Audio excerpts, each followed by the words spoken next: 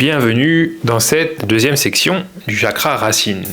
On va pouvoir désormais ouvrir les portes et analyser ce qu'il convient de travailler en soi pour pouvoir équilibrer ce chakra racine et ressentir ce grand sentiment de sécurité qui fait qu'en fait on se sent bien en vie et qu'on est plutôt combatif et qu'on fait face à la vie et qu'on a quand même un sentiment de confiance assez fort, et ce malgré tout ce qui peut se passer dans notre quotidien et autour de nous, parce qu'on a cette on va voir, mais c'est l'ancrage pur et dur à la matérialité, mais qui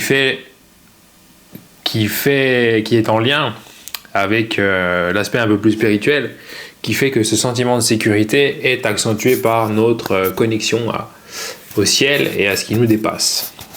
Mais là, ce qui nous intéresse, c'est le rapport qu'on peut avoir aux aspects très matériels de la vie, notamment l'argent.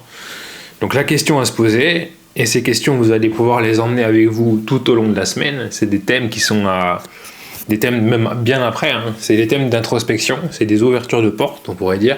Et derrière ces portes, il y a plus ou moins de travail à effectuer, hein, selon où vous en êtes et qui vous êtes. Et puis, au fil du temps, en travaillant sur ces aspects, on les harmonise. Parce qu'automatiquement, quand on a la volonté de travailler sur soi, on dit que l'énergie suit la pensée. Donc notre énergie va se réactualiser, s'harmoniser, ça va bouger à l'intérieur de nous-mêmes. Et puis ensuite, on va se percevoir comme des pensées, des émotions, un corps physique. On va pouvoir comme ça un peu se détacher de ce qu'on pense être pour faire émerger quelque chose de plus profond à l'intérieur de nous-mêmes. Donc c'est vraiment le but de tout ça. C'est un travail qui est pas... Ça se fait pas en un claquement de doigts, c'est pas 8 semaines, malheureusement. J'aimerais que ça soit 8 semaines, mais malheureusement c'est pas 8 semaines. Ça peut prendre un peu plus de temps, mais c'est pas non plus... ce qui est important n'est pas l'objectif, mais le chemin. Donc, une fois qu'on est sur le chemin, le sens que l'on ressent est tellement fort que même si c'est dur, c'est pas grave. On sait qu'on va quelque part.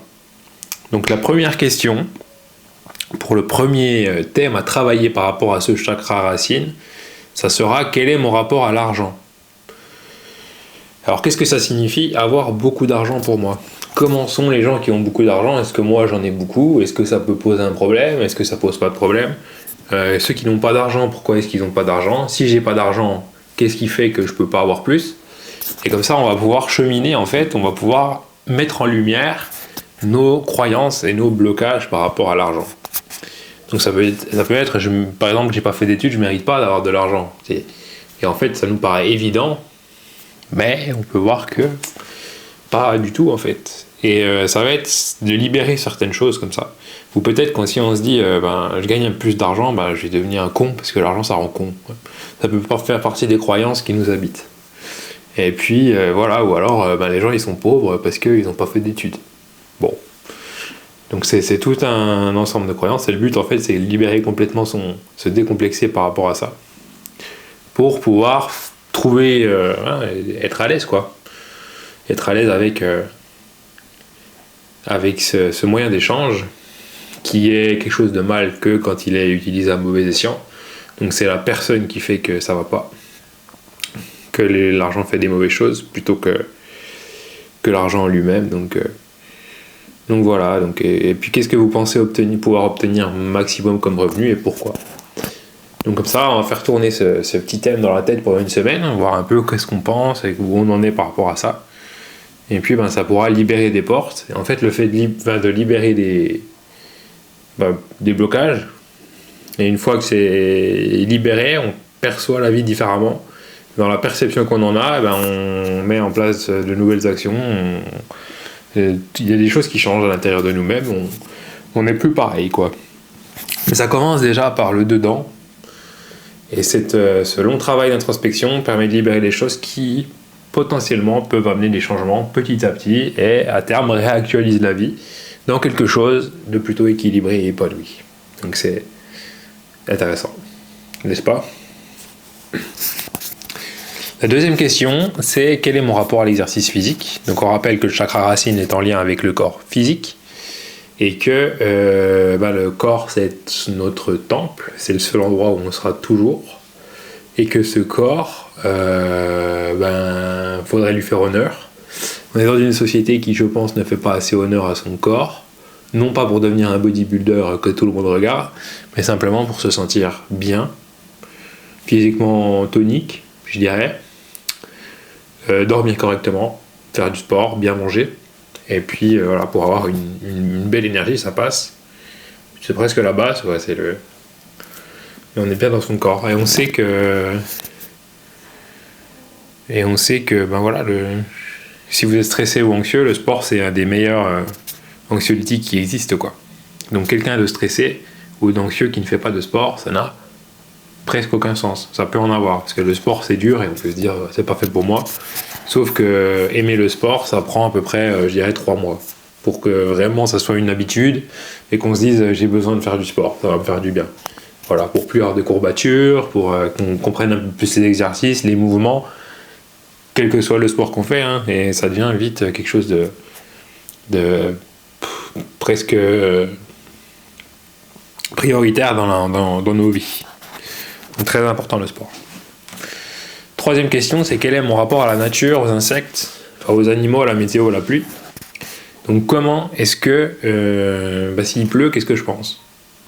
Est-ce que ça m'emmerde ? Ou est-ce que j'ai plutôt une approche plus positive à se dire déjà on peut aimer la pluie, j'aime la pluie, je peux rester chez moi, lire un livre, machin. Ou alors est-ce que c'est vraiment ça m'emmerde ? Ou alors est-ce que j'arrive à me dire il pleut, ça remplit les nappes phréatiques, ça permet d'arroser les champs, ça fait une belle nature, machin. Donc on peut avoir comme ça ce cercle un peu vertueux de ce qui peut paraître un temps pourri, c'est pas vraiment pourri, mais qui au final on retourne le truc pour se dire c'est génial. Il pleut, c'est génial. Donc voilà. Et puis les insectes, pareil, les insectes ça pollinise les plantes, ça fait qu'on est surtout en ce moment on a des problèmes avec la biodiversité. Donc si vous écrasez tous les insectes qui se présentent sur votre chemin, voilà, c'est un travail aussi à faire. À se dire, l'insecte il fait son chemin, en fait il est peut-être en train de polliniser quelque chose, il fait que dans 2 mois on aura une fleur en bas de chez nous, quoi. C'est joli les fleurs. Donc on peut réécrire comme ça parce que ça fait aussi partie de la matérialité. Nous on a nos vies, on a un appartement ou une maison, on a de l'argent, un travail, ça c'est la matérialité humaine, mais la matérialité de la nature aussi, c'est très important, quoi. Si on la détruit, plus grand chose pour nous, hein. Donc c'est intéressant aussi de faire ce petit travail d'introspection sur notre rapport à la nature et à ce qui nous entoure. Alors la question suivante, c'est par rapport au travail. Donc on revient à l'humain, quoi. Donc le travail, est-ce que j'en pense du travail ? Est-ce que ça me saoule ? Est-ce que c'est dur ? Est-ce que c'est compliqué ? Est-ce que je peux m'épanouir dans mon travail ou est-ce que c'est réservé à quelques privilégiés ou même à des gens très talentueux ? Parce qu'on peut penser à ça aussi. Est-ce que je suis capable de changer de travail ? Et si je change de travail, est-ce que je vais pas me ramasser complet et perdre tout ce que j'ai ? Donc il y a tout ce... Voilà. Rapport au travail, observation de notre rapport au travail, très important ainsi pour équilibrer le chakra racine. Principalement peut-être pour la peur du changement et oser justement faire des choses qui nous font sentir bien. Et puis si on quitte quelque chose, qu'on change et que ça marche, le sentiment de sécurité va être intense parce qu'en fait on n'aura plus peur du changement. Donc c'est à tester quand même le changement. Ensuite, est-ce que je me sens à la maison chez moi ?